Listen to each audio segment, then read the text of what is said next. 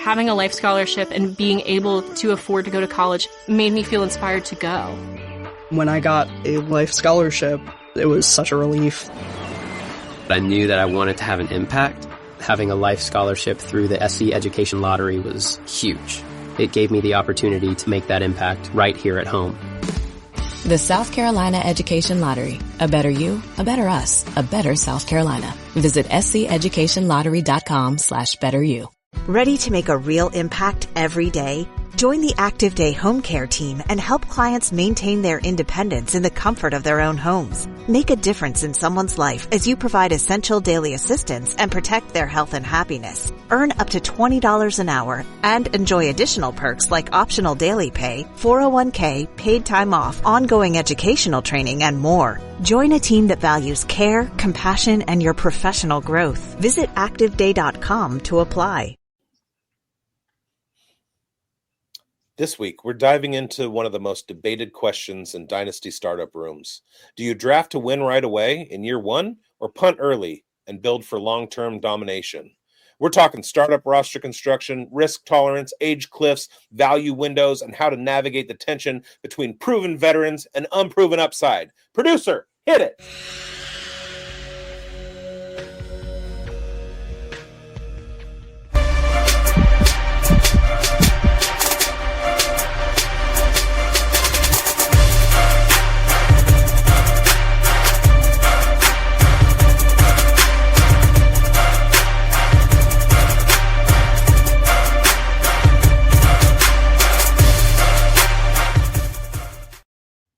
Welcome to the Dynasty Pulse on Fantasy Sports Advice Network and the Undroppables, and on terrestrial radio 101.5, talking West Tennessee, 101.5 FM.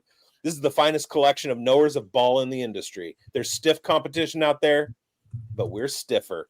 It's been a long week, but we're rejuvenated, so lock in. We're about to wild out and hammer down to get you bricked up. I am bigz, a.k.a. Hoomst Humongous. And with me in the Hall of Ball Knowledge, my clowns from another circus. I got Schultzy, I got Grindberg, I got Rice Baby, a.k.a. Chev 90, and I got Coach Retzlaff, a.k.a. Elijah Moore season. What's up, fellas? Yes, what is up? What's up, bigz? I don't know what to do with my hands or my voice. It's 21 degrees Celsius in my house. Yeah. Nice. It's so hot. It's a lot warmer than that in my pants when I think about Rashee Rice in 2025. What does 21 degrees Celsius translate to in American temperature? Let's do the math here. Carry the 1, carry the 2. 69 degrees. 69 degrees, guys. Right. So we are ready to rock here. Room temperature here in Canada. And we're getting into the crossfire where we're going to be heating things up tonight, and we're going to light it up. We're going full crossfire. This segment isn't just about hot takes. It's not about clicks. It's about putting dynasty strategy under the microscope where each of us will challenge each other on the panel. No scripts, no layups, just real talk. We're going to do, dynasty startup roster construction, risk tolerance, age cliffs. We are going to go crossfire here. It's thinking dynasty here, folks. Let's go, Schultzy, with the segment starter. All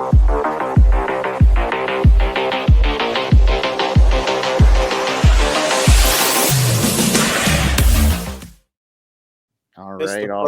I want to be probed.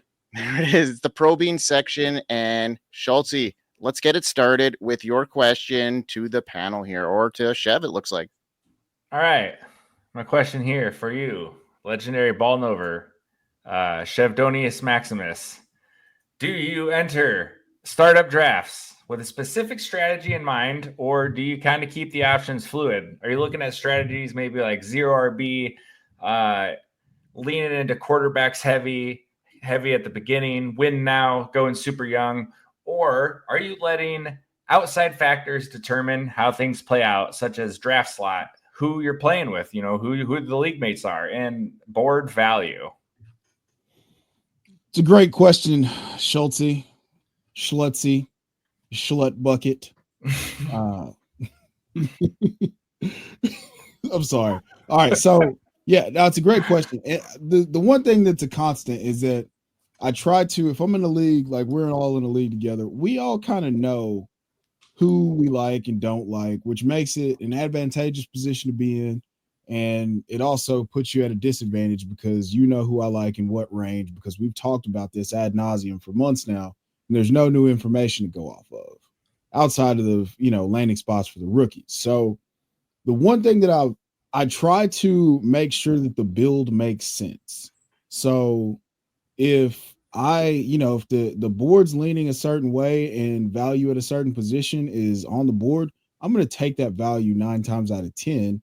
If I don't come in with a preset strategy. I mean, I know in a super flex, if you got a top 3 pick, one of those picks is going to be a quarterback, or in my opinion, it should be. But beyond that, I don't really have a hard and fast, like I'm going to do this. I have selected a lot of Bijan Robinson. He's now my 5th most owned dynasty player across however many leagues I'm in. And I like making that selection in the back end of the first round. I played a lot of third round reversals, so I prefer to be at the back past pick 8 on, in any sort of third round reversal. But other than that, I try to stay fluid. If there's it's more so tiers and value versus just being rigid in a process. So that's the way that I approach it. I hope that answered your question in the most convoluted way possible. It does. I love it. Well, I think you really just have to be malleable to what Chev is saying. Malleable. Yeah, you love that, right? And yes, you're going to go dive in, have your take on Bijan Robinson. But the beauty is this is just a point in time where Chev is. And let's say there's 10 teams for simplicity's sake. We're not going to do Canadian math here. It's 10 shares of Bijan. Well, there's going to be entry point there for Chev. Along the way, it could be mid-season on a team that's going down the tank and somebody gets a haul for him. And then Chev has 3 first-round picks. Name the haul, right? That can happen. So it's right now, that's how many players Chev might have as far as Bijan shares. But down the line, there's going to be all these exit points where he can still have a high percent share, 6 or 7 of those 10 still, and sprinkle in different strategy for those 3. So even if you're overexposed at a certain point, you can still have different exit points. So we talk about entry points all the time, and there's exit points. I think that's just a concept that it's not as sticky for people. People think of it as too sticky versus being fluid. January, wrap around the entire calendar. There's all different times of year where you're saying, hey, go out and sell Rachaad White. Go out and buy Rachaad White. Remember the Bucky Irving, Rachaad White wars we had? Well, at this part of the calendar, Rachaad White presents as a tremendous buy. So I'll leave it to the floor. Yeah. Well, first of all, 10 teams is 13.74 Canadian. And I'm scared that we're kind of bleeding into my question, because I think Schultzy might have read my question before he asked his. So, Chev, do you have a question for Grindberg? I do have a question for the one that they call Grindberg, Mr. Lindberg, if I may. Yeah, you may. Please. You're on the clock in a startup, and you're at the point of the draft that informs your decisions from a roster building perspective. Do you find yourself clicking the button on younger assets that'll take a step forward? Or are you banking on proven vets, knowing that you'll have to seek to replace those players in the shorter term, 1 to 2 year windows? And I have a follow-up question after that, after your response. Okay, well, that's a really good question, because, especially in the dynasty market right now, in startups, especially, it changes year by year. A lot of guys back in the day were able to trade out of their first round, and just like in the Grindberg Invitational, people were trying to get out of their first round picks pretty fluently, especially in the first 5, but no one was budging because people aren't exactly attuned to wanting to give up any sort of value at that stage. So people are at a stage now where they're losing value if they want to trade out of the first. So for me, what I try to do, especially in the early stages of my draft, especially in the first 10 rounds, I'm going to build around cornerstone players. I want that foundation the stability, guys I trust to anchor my lineup or retain value. At this point, unless you're willing to outright lose on a trade, like I mentioned in the first round, it's incredibly tough to move out of the actual value. Everyone knows what those cornerstone pieces are worth, and nobody's really given up the type of stats or overpay it takes to justify passing on them. So that's why I've learned and I've leaned into making those early picks count, locking in a foundational guy, a guy that I trust, setting the board to come to me later on where I can hunt the value, take calculated shots, and build my edges around those margins. When I get into the mid rounds in the part of the draft, I almost always clicking the upside button. I want to be the one rostering the breakout before it happens, not the one trading for future picks after they leap. That's the sweet spot where I start placing calculated bets, not just filling out the depth chart. I'm taking players about to, take off. Players like I did last year, like Jaden Daniels, Ladd McConkey, and Chase Brown. Those are the guys that flashed enough to me to suggest there's more in the tank than opportunity opens up. So I'm not chasing the youth. I've got it. I'm chasing, the traits that matter: explosiveness, target potential, clarity in the depth chart. And those boxes aren't checked, I'm passing on them. But if they are, I'm gladly swinging a miss, because if one of those hits, it makes them a 3 to 4 round jump in startup at ADP next season. So that's what I'm looking at that stage there, Chev. Beautiful, beautiful. So I guess the follow-up question is now we've got the plan. Now we need the plan in case the plan doesn't work. So the guy doesn't take a step forward or gets off to a slow start or doesn't live up to the hype. We'll use the highest end example of this we have in the game right now. We'll say Marvin Harrison Jr. Mm-hmm. Are you likely to remain? Where's your panic meter at? We talked about thermostats before the episode. Yeah. Are you a thermostat or are you a thermometer when it comes to the temperature on a player that's underperformed? Well, I mean, as a chef, I'm always looking at temperatures, and I'm very attuned to that. I could tell you, ratios in Fahrenheit and Celsius, so it don't matter. I'm versed at all of it, and I'm a versed dynasty player. So if a young player isn't showing real signs of growth by week 6 or 8, I'm increasing to, move on from them. If they're not increasing their snap share, their routes run, their red zone usage, I'm not going to wait around hoping. That's when I start, exploring trade packages or pivoting to someone on a more uptick track. I've learned the hard way with guys like Sky Moore, Kamani Vidal, and George Pickens that have had off-season hype and early round buzz, but there was never any actual traction, and by the time you realize it, the market's moved on and you're left holding a roster clogger. There's a real difference between being patient and being stubborn, and I'm holding a guy just because I like them pre-draft. I'm going to try and move on for them if I can, but guys in Dynasty right now, they're pretty savvy to these moves, so they'll know if I'm trying to move on from a guy beforehand, but try and get that happening before that happens. So yeah, that's my that's my situation there. Hey, Mike, follow up to the follow-up. When you have a player that goes onto the back burner because you can't get rid of them, how do you find a second peak in their career to unload them? And how do you deal psychologically with, hey, I was going to sell this player at this peak. There's a dip. They're on the back burner now, Mr. Chef. And then they have another spike in their career, but it's not going to be the price that you could have sold out for. How do you handle that psychology of selling for not yesterday's price, today's price actually going down, but you see a little influx of surge? How do you handle that when you have a player who goes back end to the back burner, they're dead on your roster, but then they come back to life when they previously had such high hype? Well, you know what? Sometimes the best dishes come, from just spontaneous. Sometimes that back burner stock turns into something beautiful. And a guy like Justin Fields happened a couple of years ago where, I chose him at the 108 in a startup 2 years ago. Maybe my process was off.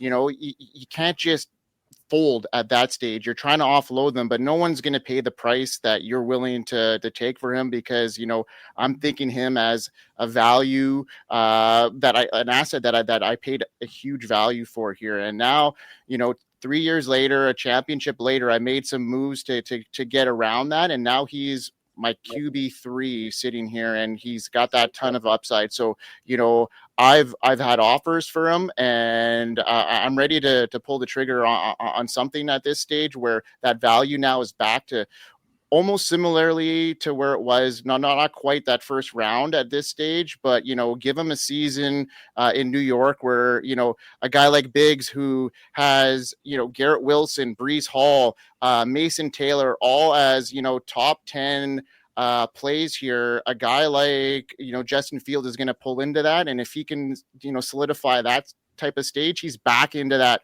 round 1 next year, because he's a top 5 quarterback at that stage. So sometimes it's being patient in that moment, and not panic on a guy that sometimes your process takes a little bit longer to happen with, and it's happened in the past.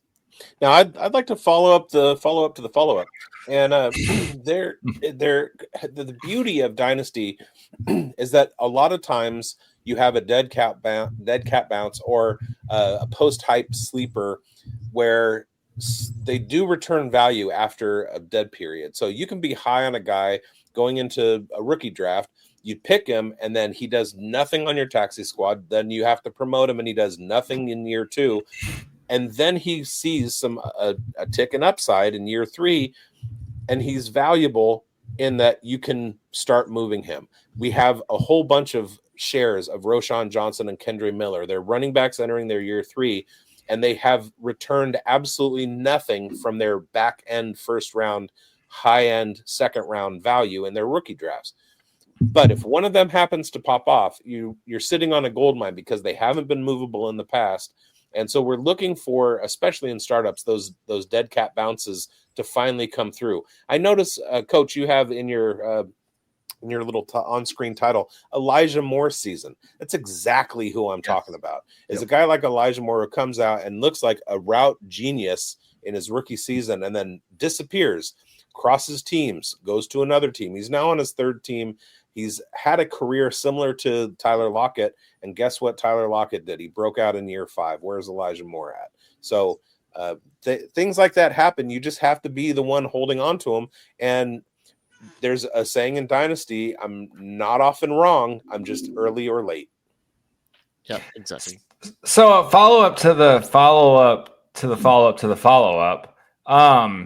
If you get stuck with one of these guys, yeah, buddy. If you get stuck with one of these dudes who you were trying to move early and you just can't make it happen, are you the type of guy who's willing to sell off for pennies at some point, or are you gonna cling to maybe something happening and risk letting him die on your roster? Well, I'm a top, so I'm never gonna take pennies on the dollar. Sometimes it's just like there's such thing as selling low. You know what I mean? And, you just got to cut your losses at some point, like I did with Sky Moore. Like, you know what I mean? You're not going to let him sit there.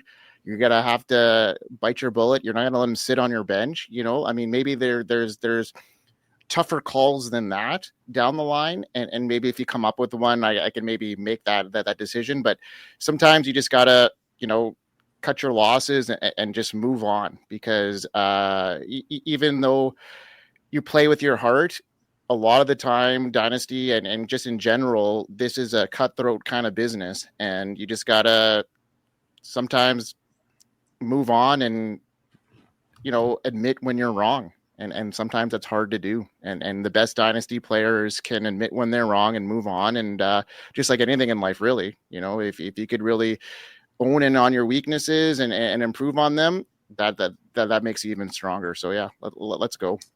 You came for the Dynasty content. You're leaving with life advice. I love it. There we go. All right. Well, let's hear from our sponsor, Schultzy. The Fantasy Sports Advice Network's got a lot cracking on right now, so let's hear from it. We are here. FantasySportsAdvice.com, offering the best fantasy sports social media platform. Why join endless Discord communities or the trolls of Reddit?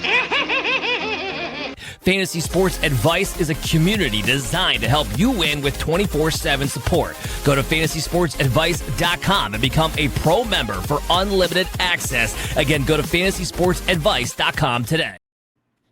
Not only do you get unlimited access as a pro member, you also get qualifications to our jersey leagues. And I'm pretty sure all 5 of us are going to have our own individual jersey leagues. So if you think you can beat one of us and take home that autographed jersey, bring it.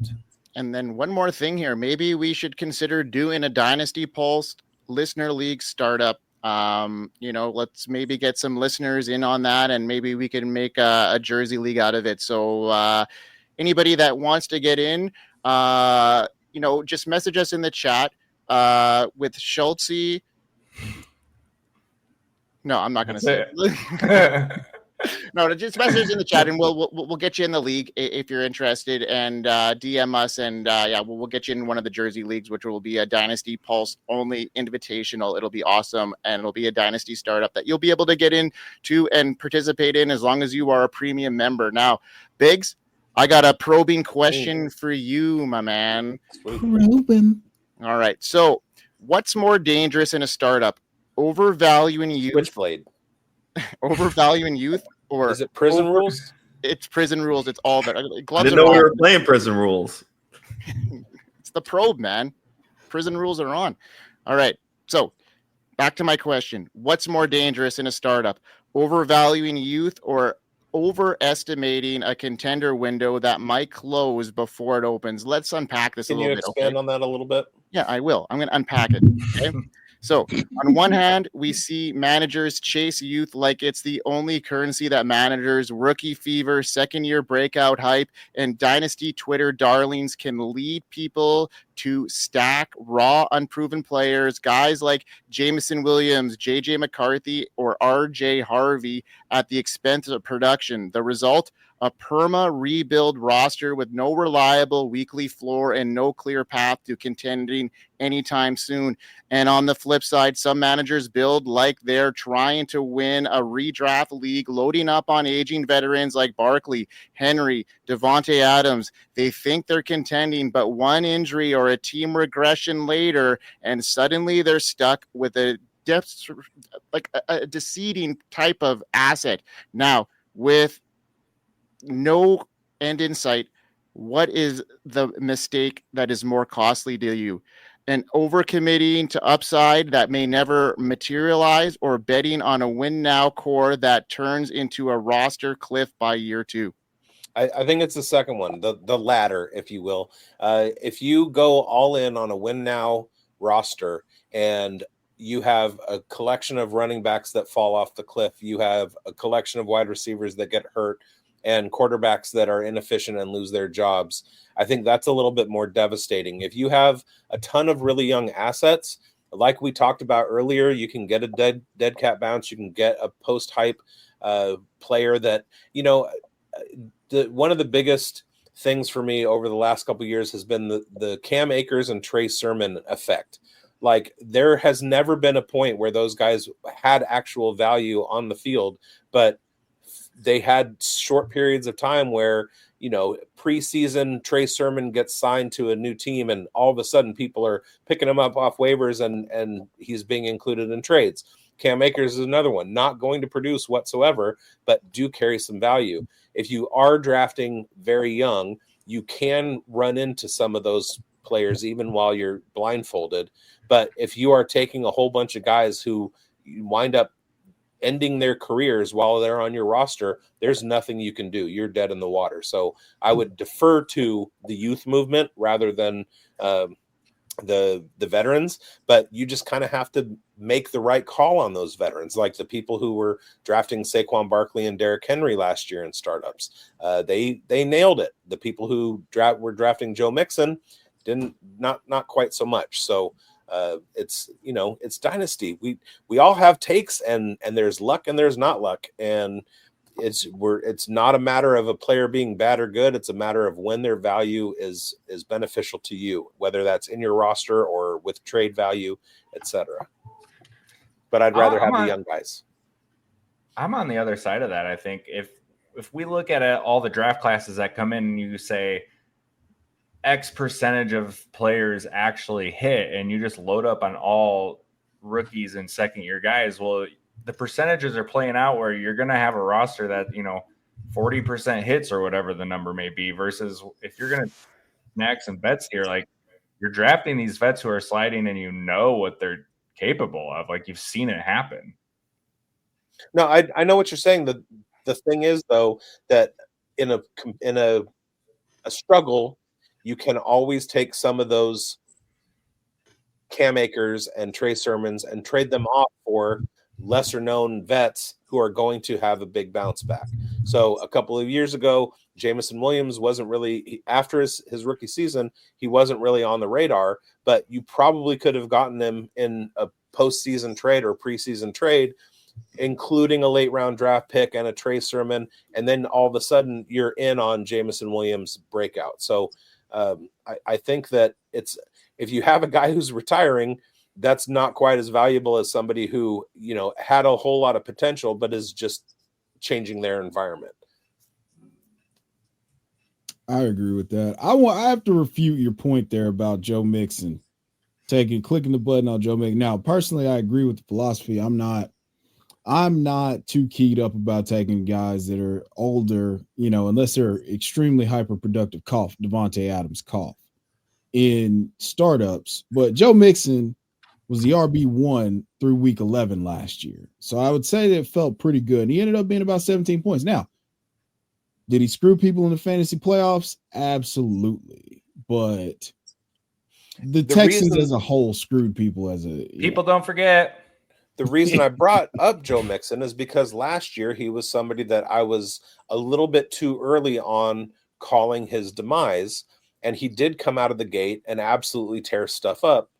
And then he fell off. So it reminds me of a couple of years ago where there was an argument, Jamar Chase, Justin Jefferson, who is the wide receiver one, and a whole lot of people got out on the end of their skis and said, I'm making the Jamar Chase flag plant. And what wound up happening is that, yes, Jamar Chase did outscore Justin Jefferson because Jefferson got hurt, but then Chase got hurt and ended lots of playoff seasons. So the guys that went in on Saquon, the guys that went in on Derrick Henry, the guys that went in on Joe Mixon, they all had kind of the same look at things. And Joe Mixon helped them get to the playoffs. But the reason I was out on Joe Mixon was because of the propensity for him to be injured. And that's exactly what happened. He missed a bunch of time. So I also had that that's why one of the reasons I didn't draft a whole lot of Saquon or Derrick Henry last year. They went on to become league winners, but I kind of had the same attitude with them as I did with Joe Mixon. And there's a lot in Dynasty. There's a lot of getting out in front of it one year and then having to pull back. Just like Grindberg said, you have to know when you're wrong. You have to admit that when you're wrong. So with Brian Thomas Jr., last year I was out on him for certain reasons, and I had to kind of backtrack on that because I know that I was wrong. So what made me wrong, and what can I do this year to kind of change my assessment of players and try and find a Brian Thomas Jr. rather than think that I know everything that's going to happen. Now I'm trying to uncover, hey, beautiful. Well, what's the edge here? What is the market inefficiency here? And that's my Dante Thornton. And Schultzy is going to have to figure that out this year with Brian Thomas Jr. when he's wrong on him. So we'll revisit that one. Whoa. All right, bigz, you got a question there for our coach here? I do. And I hope none of this is bleeding in from anyway. Coach, how you doing? How we doing? That was it. That was my question. Just being malleable. No. So what I want to know is how hard you hold on to your initial draft strategy. We've talked a lot about being able to pivot and being malleable and stuff. But while you're in draft and there are trends happening, sometimes you're in win now and a position run starts and your current tier is light at that position. Do you ever go in thinking win now and then pivot to productive struggle if your veteran targets get wiped out? Or do you ever think I'm working productive struggle in this startup and then pivot to, okay, well, if these guys are available to me, I'm taking Devante Adams and I'm going to go beat everybody? So early informs late. You got to be malleable along the way. And part of what can inform late if I'm building on younger core running backs and it's super flex, top tier quarterbacks, I get my base there. If I have to catch up at wide receiver, well, guess who's going to pay the cost age-wise? Because those hammers, those Brian Thomas Jr.'s are going to get sniped and taken away. The hammer receivers and Justin Jefferson, Chase, they're all going to run down to Lab McConkey. So at that point, you're going to have pocket values that come up. I mean, a couple guys that come to mind right now, Tyreek Hill, Mike Evans, Calvin Ridley, Terry McLaurin at his age. There are certain players who are up there in age, but they present a good value in the middle to later single-digit rounds. And then you just have to make that decision because, hey, I bought what I did early, so I have to pay what I have later. If I make an inverse decision, I can go hammer receiver early on with my quarterbacks. And then when I'm searching for running backs, I'm flipping over the high upside rookies. And then Chev, you've talked about it too, where the depressed price happens for the older veteran players. You can find those pockets of players as well. So the cheapness as the board goes down is just going to be informed on if you're in a very good league, which the Grindberg Invitational prioritizes. You could prioritize tight end with a 1.75 tight end premium, the super flex element. You go hard at the receivers, but there's 3 receivers starting, and then of course flex positions, and then there's the points per carry bonuses for the running backs. Really what ends up happening in a lot of super flex leagues is you can pick 2 or 3 that you build hardcore towards, and you have to punt at a certain position, and it's got to be all right. And if you go 1-1-1-1 and try and be balanced, I think that's where a lot of leagues can lap you because those positional runs and tiers end up happening. Well, then I'm punting tight end. Okay, so put it this way. There's 4. You're in a league like that. That's good. I'm glad this kind of came up. You're in a league where you have all 4 positions that have somewhat equal incentive, or you can build from that base and find a way to win. And then you've got 12 different people, and how many people are going to apply that strategy? Ideally, you would have 3 people each go hard at tight end, 3 at QB. You know, if it was all exactly even, but these aren't Canadian numbers here. But bigz, you said tight end, you would punt, you would veer towards the other 3. I'll go around the room. Schultzy, where though there's the even incentive on all 4 positions, where would you start early? In what position would you want to have those pocket values later? As to what I was mentioning about the receivers, about the depressed running back prices, what position do you want to pay some of the depressed prices in a startup? Probably running back. It offers a lot of good depressed value because you're going to get guys, 6th, 7th round. We've seen Derrick Henry, Josh Jacobs, Alvin Kamara, dudes who you're going to step in and be instant big time producers for you. And I think tight end's a sneaky one too. Like there's just a lot of value. Like if you're not going to snag one of those top tier upper echelon dudes, like I'm inclined to wait a tight end scoop value later there. Yeah, that's why I sometimes I like going hard at tight ends, but when I'm looking at ADPs at this point and I'm getting Hunter Henry and Jonnu Smith much later at even Evan Ingram, his potential in Denver, I'm getting them in the teen rounds rather than spending, I'd rather spend on a wide receiver or a running back who's going to be a high volume guy and then get those sleeper tight ends later. I love that line of thinking because part of this is I don't want to miss the train ride to certain destinations. And at a certain point, in order for me to have Brock Bowers, I have to select him. So with the first overall pick, I think I was 7th, I went and got myself Brock Bowers in a startup. So part of this is just, hey, my experience, this is one mirror league, accordion out. I have so many others. Let's call it 10, right? I want to make sure that I don't miss a ride on having Brock Bowers. And part of that degree is, hey, you don't have Jamar Chase unless you actually physically click him. Grindberg, what's your take? What do you like to lead off early when there's incentive kind of equal for all 4 positions? And what pocket do you like to pick up?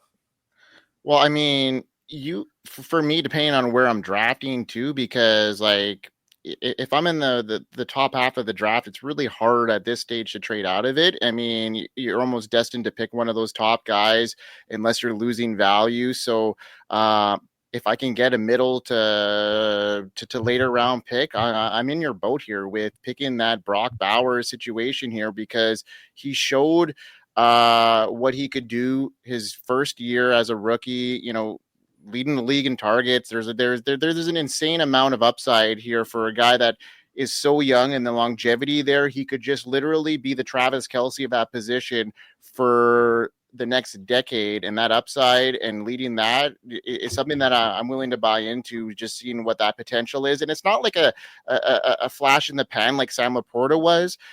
Brock Bowers earned those targets. He had touchdown upside, and now he's getting a better system with him.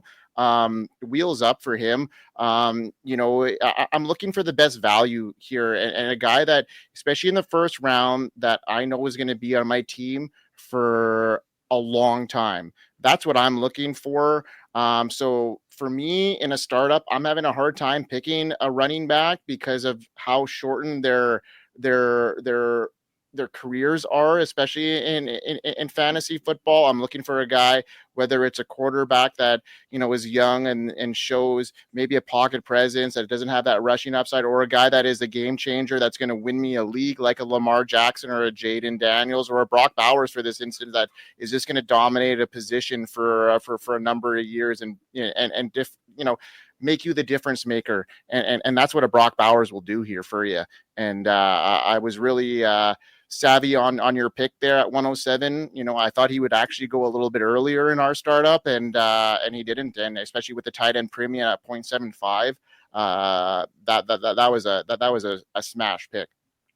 And another thing on top of that, you mentioned the touchdown upside. Funny enough, 5 touchdowns for Brock Bowers. So even if the targets regress and he runs double-digit touchdowns, it's going to even out to about the same. So I really like the shot of Brock Bowers, player take-wise, to repeat his production fantasy-wise for us, just in a different manner possibly. But then again, he gets a quarterback upgrade in Geno Smith. Before I kick it over to Chev to get his idea on this concept and this theory, the one thing that happens when there is this run that I like to think of on these older positions where you're like, okay, I'm going to pay a depressed price, but they're also going to be up in age, so I'm going to have to get younger at some point on my path in this dynasty.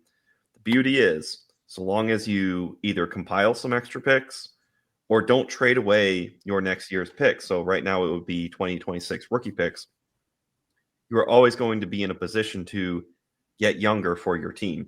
So if you can scaffold a team where 3 out of your 4 positions of the QB, running back, tight end, receiver are young, and you have to patchwork youth somewhere, the beauty is you have that understanding, the bird in hand, is those rookie picks will come your way. So that's where I would say you don't want an entire, and this goes back to some other questions we had, you don't want an entire roster to be overloaded with older players, but I think you can get away with some positions being older in the fact that you can reload with those rookie picks, but just understand you don't want to have to scaffold an entire team for youth. That's how it kind of gets out of balance. Now, Chev, this concept of there's equal incentive, kind of like the Grindberg Invitational. I think you went with, was it Bijan? Yep. So, hey, there you go. I could have guessed blindly because any league you're in, you're eyeing him. If he's on the board, you're sniping him. You have great takes on him, full conviction. I love your pick. We can make an argument for your pick over my pick of Brock Bowers. But which direction do you like to go? Is it running back right now, unilaterally, or broadly? What do you like to do? And then what's that pocket that you'd rather pay the depressed price at the moment? I've been pretty, like I said, I like to be in the back half of that first round so I don't have to make the choice between Jalen Hurts and Jamar Chase, or, Jalen Hurts or Justin Jefferson. Yeah, that I don't like being in that range. So I like having a little bit more clarity. That way there's a possibility I could start a draft off with Bijan and Genty, or if I get really lucky, Bijan and Gibbs. If Gibbs makes it, or they both make it to the 112 and I'm the 112, they're not making it any further. Problem is sometimes Bijan goes like 1-8 and Jahmyr Gibbs goes like 112. I just like started out that way. I'm more than comfortable waiting and selecting, waiting on tight ends and selecting tight ends a little bit later. And in those middle rounds, like 6, 7, 8, I've been coming away with a ton of Jameson Williams, another player that I'm extremely bullish on, early on through, well, I guess as we get into redraft season, but in Dynasty, I'm extremely bullish on Jameson Williams. I feel like he's going to take a massive step forward this year from the breakout year of 2024, where he averaged 14 points a game. So I'm comfortable pushing down tight end. I have some targets that I really like, Tucker Kraft being one of the primaries. And then if you want to wait a little bit later, you can go get a Ben Sinnott in the 12th, 13th round. And then late, 16, 17, 18, you can take our guy, Oronde Gadsden the second. We're getting some steam. It may not hit year one, but now you've got 3 tight ends. You've got 1 tight end that's going to be good in your lineup. Tucker Kraft, extremely efficient last year. They're projecting him to take another step forward. So I'm not paying those premium prices for a Brock Bowers, even though it is a tight end premium. I think I can get a guy who could give me around, if he takes a step forward, 12 to 13 points a game in full PPR and Tucker Kraft. And I'm taking some shots on some guys who I like because I think that tight end has a longer shelf life, and it takes longer because of the way the college football game is played. It takes longer for those guys to transition to the NFL. So I'm more comfortable waiting a little bit, taking a guy who can give me some production, and then I can go super late and take a Hunter Henry or something like that, just to ensure that I have a little bit of depth and points that can go into my lineup at the tight end position while these younger tight ends start to develop. Well, to me, that's why you have a layered tight end room, and that's a cool concept that you just unpacked, because you got a guy who can get you the points now, a guy who can get you the physical points that just need to print. And then maybe it's somebody like Isaiah Likely or Michael Mayer, who it's like, hey, this guy could be a moonshot, but they're going to need some time. Last point on everything, we all kind of had, it's kind of funny enough, as I'm asking around the room, based on this was a startup we were all in. So conceptually, we all got to go down our different path.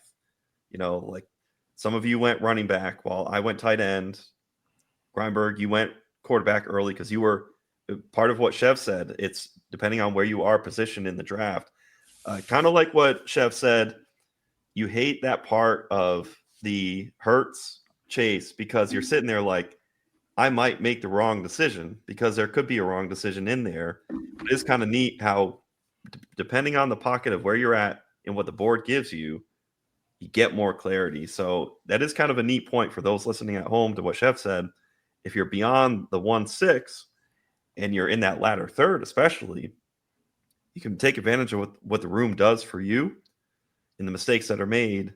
That's why I love the 201 in rookie drafts, or the 202, 203, because there's always a guy who kind of should have been in the first round, but you get away with it. So great job, gentlemen. I got more out of that than maybe you got out of me. So that's cool. I reversed. All right, Chev, what's your question for Schultzy? I have a question for Schultzy. Oh, hey, no, it's me. Now, it's funny. I asked like 700 questions. I was like, what's you another? can't be up for another question, can you be? Yeah, but you know what? I'm going to use Celsius numbers, so it doesn't matter. Schultzy, what are your thoughts on building dynasty squads? They're split in age, half youth, let's say 26 and under. Maybe Leo DiCaprio, right? 25 and under.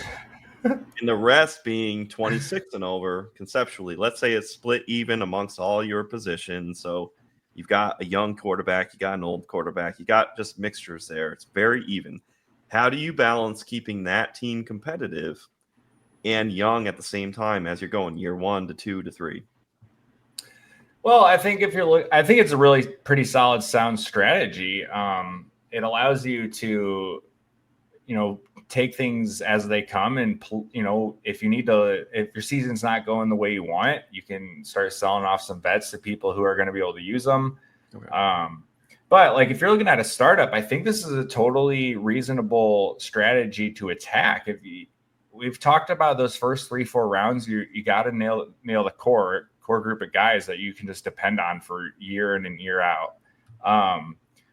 And then beyond that, like you hit the rounds maybe like 6 through 8, And I think you can do a kind of split on rookies and vets here. There's still some solid, like this year, for example, you're going to find guys like Caleb Johnson, Luther Burden, Emeka Buka in that range. And you can pair one of those with a guy like a Derrick Henry, a Josh Jacobs, and Alvin Kamara, and you can get away with both sides of the coin in that range.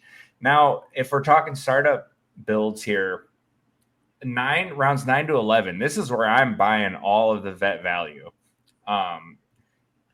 For instance, in the Grindberg Invitational, rounds 9 through 11, respectively, we saw Bashal Tutin 9, Jack Besh 10, Kyle Williams 11. You know, there's potential there, right? But if you're going to go on the other side of the coin here and look at vets, round 9, Devante Adams, round 10, Calvin Ridley, round 11, Tony Pollard. So I think this is your sweet spot for veteran building. And then beyond that, you can start taking your shots at some more young guys. So I think it's a totally plausible strategy to go for. And then, years 2, 3, you just got to be on top of it, making sure you're going to move off of that if you can before the cliff really hits you. And then from there, if you're loaded up on youth, you can trade some of that youth for some vets, right? Like at the inverse. So as long as you're on top of, playing the room as the years come by, I think this is a totally doable strategy. I love that you brought up that little area because rounds 9, 10, and 11 in that draft, I drafted David Njoku, Geno Smith, and then I traded out of a spot and dropped back and took Aaron Jones. And I think that's just the perfect encapsulation of taking advantage of the veteran value where it's supposed to be and not buying in on, those rookie backups in that area were Pat Bryant in round 12, Jack Besh in round 10. There were just some ridiculous overdrafts. Oh, I did draft Kyle Williams in round 11. Never mind. But anyway, my point stands. Like that's exactly right, Schultzy. That's where the veteran value is, and that's where you want to target it. Well, look at where Schultzy went with round 9, Devante Adams. That's printing money immediately this year. And let's say that pick is gone. It's dust. It's just 1 year of Devante Adams, and that's it. He's cooked, and you can't get out of him on selling him. But it gets you a ship or gets you in the championship. It gets you third place money, whatever the structures are that allow you to play some kind of printing money where you're getting some kind of reward. Hey, you burned a 9th round pick. That's absolutely worth it, especially in year 1. And you turn around, hey, you paid your league fee, and maybe if you won the league, you've paid a couple years worth. Yeah, I mean, that was a sweet spot in the draft where I think a lot of value was gained. And if you look at all our picks in that range, they were pretty savvy as far as where our rosters were and what veterans we picked at that stage. You mentioned the Bashal Tutin, but the pick I had right before him was Travis Etienne in round 8, which was a monstrous slide in my opinion when we're going to talk about our guys in that. And then you're getting the backup for that in years to come in that offense. And then I picked afterwards that was Tyreek in round 11. So, there's a lot of value there for guys that you could see there. And absolutely, that's a sweet spot for these veterans. And then when you can insulate them with the odd rookie in that range too, it's the best way to go. And a great way to get into our next segment here, guys, because it's been fire and it's been a great show so far. And we're going to get into some of the guys. Last week, we talked about some ADP guys that were kind of, fading and guys that we were missing on. And this week, we're going to talk about some values in these startups because, we talk about that all the time. And we've actually mentioned some of these players already in this show. So let's get into this now. Who's first on the docket here? I think it is... I don't know. Chev. Let's go, Chev. Who's your guy? It's Tucker Kraft. I brought him up earlier. I brought him up for a reason. So I did a short early in the offseason where we talked about Matt LaFleur talking about a potential growth of role for Tucker Kraft. Now, the beautiful thing about that is Tucker Kraft finished as I believe like the tight end 11. He was 700 yards. He was 7 touchdowns. He ended up being 7th amongst tight ends in yards, but he was just 21st in targets. He only got 65 targets. So 65 targets per fantasy points data. Turn that into 700 yards. Love that. He was 2nd in yards per target amongst tight ends with at least 50 targets, behind only George Kittle with 10.88 yards per target. Same with yards per reception at 14.14. Then he led the league in yards after the catch per reception with 9.38. The second closest tight end was George Kittle at 6.71. So he's a monster after the catch. And he was 2nd in missed tackles forced per attempt, so at 0.28. So this is a guy to me that just screams, I'm going to break out. It's just whether or not, there's so much ambiguity with the passing situation. I think we've had Andrew Cooper on to talk about what you want from a tight end in terms of a consolidated target share. And there's so much question and so much uncertainty in Green Bay about who's going to be the lead dog. That leads me to believe that it could be Tucker Kraft because he's extremely efficient and good things happen when you give him the football. So if we're looking for someone to take a step forward to create mismatches in the passing game, to me, there's no better bet than Tucker Kraft based on what he was able to do this year or this past year and what Matt LaFleur has already said about him taking a step forward in terms of responsibility and target share moving forward.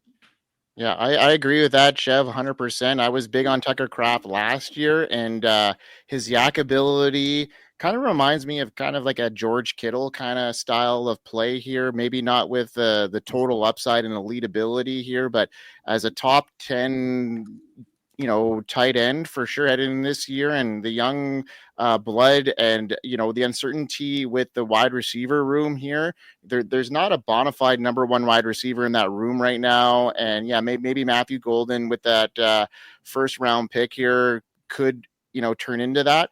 But Tucker Kraft's got everything we're looking for, the opportunity to be the number 1 target in that offense. There's nothing saying that he can't be that with so much uncertainty in that wide receiver room. So I really do like this call there, Chev. And Tucker Kraft is a guy that I have in a lot of dynasty rosters, and a guy that I'm pretty confident going into this season with like a backup plan, like you have mentioned in the previous segment here, with a solid backup, and then maybe another young rookie like a Rondé Gatson, like you mentioned. Love the call there. My guy here is back in the well here, boys, and I'm going to talk about Travis Etienne again here. And in 2025 startups, he's got a lot of upside for somebody that is not far removed from a top 10 finish. He's got the blend of explosive playmaking ability, especially when you consider his receiving upside and his history of volume when given the lead back role. That'll set him apart as a potential league winner if the opportunity opens up and he lands in a better situation, or being in a better situation within his own offense. He's very good at avoiding tackles per reception, 2nd among all running backs over the last 3 seasons. It highlights his elusiveness, his receiving ability, even when, his overall production dips. Despite being down in 2024, he had more rushing avoided tackles in the league, and he also finished 3rd in total fantasy points, 7th in points per game in 2023, largely fueled by the volume. But he's proven he can produce at a high level even when he's a little bit banged up. But when he's healthy, he's the lead back. Etienne, he averaged 21 fantasy points per game in his 4 starts in 2022. And then in 2023, we mentioned that. And last year, yes, there was some competition over the last 6 weeks in 2024. Despite being in a committee, he still maintained a 52.5% snap share. That means that he can, play in these situations. He's the archetype that, is proven to be a 1st-round draft capital. And that's something that, with the way he slid and what I see in this Liam Cohen offense, that, made a guy like Rachaad White and Bucky Irving, completely on the map in the last couple of years. I just think that Travis Etienne could be back to where he was in years past, even though he's got some committee, potential here with Bayshell Tootin and Tank Bigsby. But I just don't think that that's going to be a huge factor here. I think he's going to have the keys to start off the year. So I'm interested to see what some of you others, think about Travis Etienne headed into this year. Love the call. I am, like we said, there aren't bad players, just bad situations. Travis Etienne was in a bad situation last year. His talent will overcome that, and I think Liam Cohen's going to do some wicked things with Travis Etienne. I hope so. Okay, Biggs, who's your guy? My guy is Mark Andrews. So we were talking about the tight end position. This is a guy that I was able to draft at the tight end 11 in our aforementioned Grindberg Invitational. Now, looking a little bit deeper, Mark Andrews in a full season has never finished below tight end 10. In fact, he's had single-digit finishes in every year that he's played every game. He technically did play every game last year, but there were 2 games that he came off the field because he was dealing with injuries related to a car accident in the preseason. If you take away the first 4 weeks of the season, Mark Andrews is sitting at a 16.38 points per game. In fantasy, that's good for tight end 5. If I'm getting tight end 5 production out of a tight end 11 value, I'm going to do that every single time. Do not buy the fade on Mark Andrews. Isaiah Likely is not taking over until Mark Andrews is gone, if he takes over at all. Mark Andrews is still the alpha tight end in that room, and he's going to return 15 to 17 points per game, just like he always does. And if you're getting him outside of the top 10, smash that button. A great call. Essentially, when the whole entire hive is out on Mark Andrews, you have to go and veer in the opposite direction. All last year in best ball, everyone was fading the passing game of Justin Herbert and the Chargers, but there was value to be squeezed there. And we're going all the way out on Mark Andrews as if he actually did something bad to us, because the early onset for the season, which Bradley had phenomenal car accident analysis for Mark Andrews. And you're bringing up a salient point, Biggs, that, hey, he really did have that, and it had an effect. So to your point, that first month, it's not just like piecing together what we like or don't like, because prior years we have the production of Mark Andrews. If you slice that up, that puts him back to, like Bill Parcells says, the back of your stats are what you are. And that's what Mark Andrews had going on. It's just hidden. It's so crazy in fantasy. In the playoffs, Mark Andrews had that drop pass, and it hurt the Ravens from advancing on, hopefully for the Super Bowl.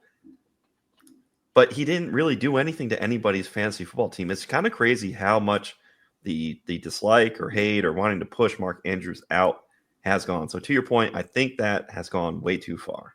I call that the Sam Darnold paradox. Fantastic throughout the fantasy season. He got owned in one game against the top defense in the NFL. What are you going to do? We watched it happen to Jared Goff in the Super Bowl against New England. They were highly prolific, and all of a sudden one game plan took him out, and nobody thought Jared Goff, including his head coach, was a good quarterback anymore. Well, that's what happened to Sam Darnold last year. He's going to be fine in Seattle, just like Jared Goff was fine when he made it to Detroit. All right. So my player it's going to be Elijah Moore, and people will be like, oh my God, Elijah Moore, puke, that's so disgusting. But price point right now, I got him in the 23rd round of our startup, and the players who are around there, we're talking like, let's see, Adam Thielen, Dontavian Wicks, Riley Leonard, Luke Schoonmaker, Taysom Hill, Tyler Higbee, Justice Hill. So it wasn't like I was necessarily branching out so far in that range, just paying the price that's there. And then on Underdog, you can get Elijah Moore round 18. My question would be, and I said this on the show a couple months ago, but what's more likely? Elijah Moore can't play football, or the Jets and the Browns are incompetent franchises?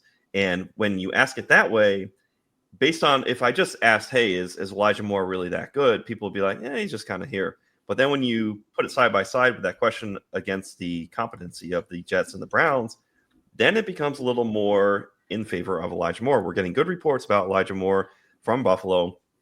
And wouldn't it just be fitting that he's tied to a great offense with a great quarterback and he can run value from the price point where you're getting him. So, if I wanted to say a crazy hot take, it would be something like Josh Allen turns Elijah Moore into a high wide receiver 2 in fantasy football. But we don't even have to go there, because price point on round 23 in a startup and round 18 in best ball, he can return weeks easily. And then from my price point, if I go to a point where I can sell Elijah Moore for a second round pick in 26, huge profit from that standpoint. So I would just say, look out for Elijah Moore. Anybody can tell you to go draft Brian Thomas Jr. Anybody can tell you to go draft Jaden Daniels. So this pocket and tier, this is just nobody. Find the person who's talking about Elijah Moore like I am right now. And hey, they're probably just a wonderful human being, but can you find them? Because I don't know where they are. And that's my take. All right. So remember my face when Elijah Moore returns value. So I'm going to put it out there. These are the two guys that I took in that round before Elijah Moore: Raheem Sanders and Taysom Hill. And then the pick directly after Elijah Moore, Adam Thielen. And to me, they're all good picks, but I'm just contending Elijah Moore is a great pick at that round. I'm going to say Adam Thielen leads that quadro in points this year. That's something we'll just have to watch, because that's what I'm to your point with Bryce Young and his ascendance. I've been high on Jalen Coker, but is this just going to be a situation where Adam Thielen does well for 5-6 weeks, hits a hammy, and then he just kind of fades just due to age? Yeah. Yeah, and when you look at Joe Brady, I think they bring in Elijah Moore because they brought in Curtis Samuel last year and it didn't work out, but I think that's the role that they have envisioned for him. And Joe Brady, had success with Curtis Samuel back in Carolina. So, I mean, yeah, this could work. I don't have an issue here. My one concern is there's just a lot of mouths to feed in that wide receiver room now with no true alpha. Now we're looking at Keon Coleman to take a jump here. But I mean, you still got Khalil Shakir and, they brought Josh Palmer in. There's just a lot of dudes, right? But to your point, round 23, take that stab. Right. And it's ambiguous on a Super Bowl contending team. So if I want to make this point for somebody, I want to make it on a less clarity wide receiver room. So that's where I'm placing a lot of things in the direction. It still has to come to fruition. Elijah Moore still has to do the work, and I'm personally rooting for him. And the beauty is I'm not paying some high dollar cost. It's way easier. I like that you said they brought in Curtis Samuel and it didn't work out. So now they brought in Elijah Moore to not work out. I mean, it's very plausible, but the path to some sort of fantasy relevance here is it's there especially when you compare to some other dudes in that range. And talking about, back burner players, he's somebody who, if he's on somebody's roster who they never got to sell from those first 2 seasons, they've been just cooking, simmering on low heat for a long time. You might be able to get out. Okay. You might, this might be the year if it is, or you'll have a dead asset if not. You also, 1 second before you get into your guy Schultzy, you mentioned the Bills as a Super Bowl contender, but they got to get through teams like the Jags and the Raiders and the Titans before they can even get to that stage. So before you put them in that same category, I'm not saying he's Calvin Ridley. Yeah, there you go. All right, let's move on. Nobody is. Who's your guy, buddy? We're jumping up to the front right burner here, the prime real estate on the stove, and we're talking Devante Adams. Now, when he first signed with the Rams, it was kind of a sneaky play, but at this point, everybody's talking. We're all talking about him. We all love him. We're pitching tents in the brick aisle, and we're not leaving until the cops get called. All right. I mean, this guy just took him. I got him in the 9th round of the Grindberg Invitational. Now, if you're looking at the sleeper queue, he was pretty far down on the sleeper list when I took him. I kind of considered maybe waiting for the 10th, but I knew with this group of guys, like that wasn't happening. So like 10th round might be possible on this guy, depending who you're playing with. No, I'm telling you right now, he went in the 7th in the last startup I did last weekend. Snap. So like your 9th pick, which he was coming to me in the 9th in that invitational, I was going to pick him in the 7th, but I got sniped. That's crazy. He's okay. So we're really steaming him up, but the 10s are still pitched and we aren't leaving. Okay. Every year since 2020, this is a top 12 wide receiver. He's done it on 3 different teams. He's done it with different quarterbacks, Derek Carr, Aiden O'Connell, Ayahuasca Aaron, you name it. This guy's producing. He is 32, but he's not a guy who is relying on burning you to win. He's just a student of the game and a route technician, and that carries on. He's a touchdown machine. I expect that to keep up. He's getting a huge offensive upgrade than what he's had the last handful of years. Going back to 2016, he hasn't dropped. I had mentioned the touchdown machine here. 8 touchdowns or more every year, except for 1, going back to 2016, and that was because he played 12 games. Offensive upgrade. He feels rejuvenized coming over to the Rams, man. Being on a winning team and winning culture.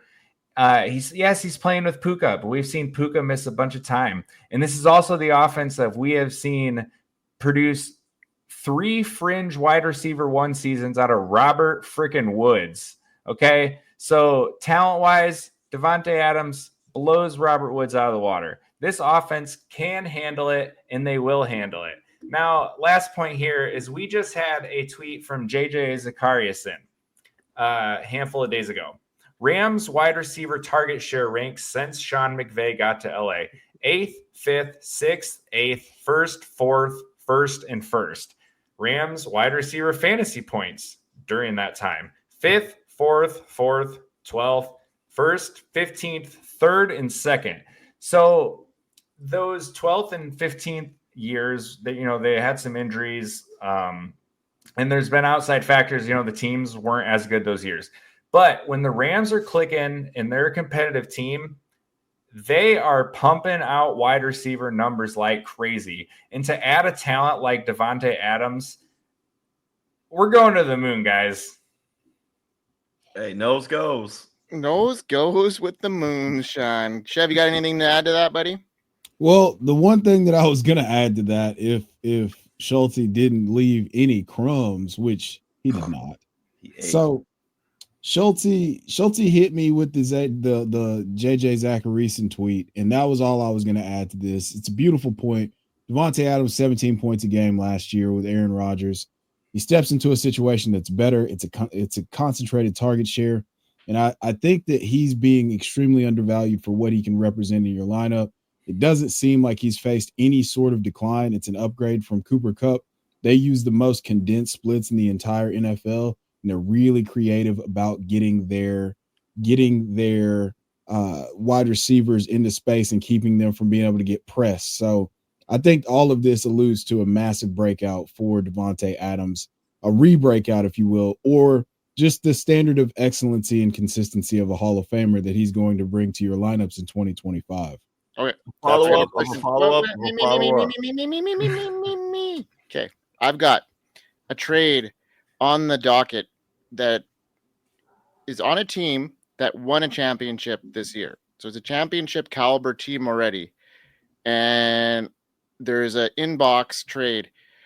Devante Adams and Derrick Henry. For my 27 first, my 26 second, and Aaron Jones. And you can get them to win now again. Oh, I'm doing that. Yeah, do it, because that person, look, hey, they want Jeremiah Smith, but you got to, are you going to lock down all 12, 27 ones? Sure, go for that, but that's a lot of gambling when you could just run back to back. I like the... Yeah, that team's got Jamar Chase, Drake London, Ladd McConkey, Chase Brown, Josh Jacobs, Bo Nix, Travis Kelce. That's how you take advantage of this Jeremiah Smith. I was saying it's a lot of future for now. And if one of those guys go down, so I mean, I'm still contemplating it, but that's something that I'll think about as we finish off this show here, bigz, and tell everybody what's going on at the FSAN and what's going on Droppables and where we can find all our stuff. Well, at both of those places, there's a lot of people who are working really hard to bring you the best fantasy content on the planet, especially the best fantasy content available here on YouTube and also on terrestrial radio. Speaking of which, if you are listening on 101.5 FM, go ahead and go to YouTube and look up Fantasy Sports Advice and also the Undroppables and find that content because it's really, really good. Uncovered as well. Uncovered is fantastic. And if you're listening down in Tennessee and you want to do your own your own show for your team that's not the Titans, go ahead and give us a ring and we'll that's old people speak for call us on the telephone. Other than that, go to fantasysportsadvice.com, get your pro membership today, get qualified for those jersey leagues, and other than that, I hope you win. Peace out, everybody.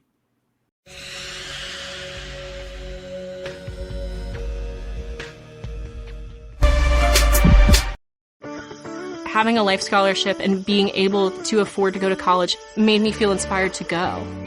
When I got a life scholarship, it was such a relief. I knew that I wanted to have an impact. Having a life scholarship through the SC Education Lottery was huge. It gave me the opportunity to make that impact right here at home.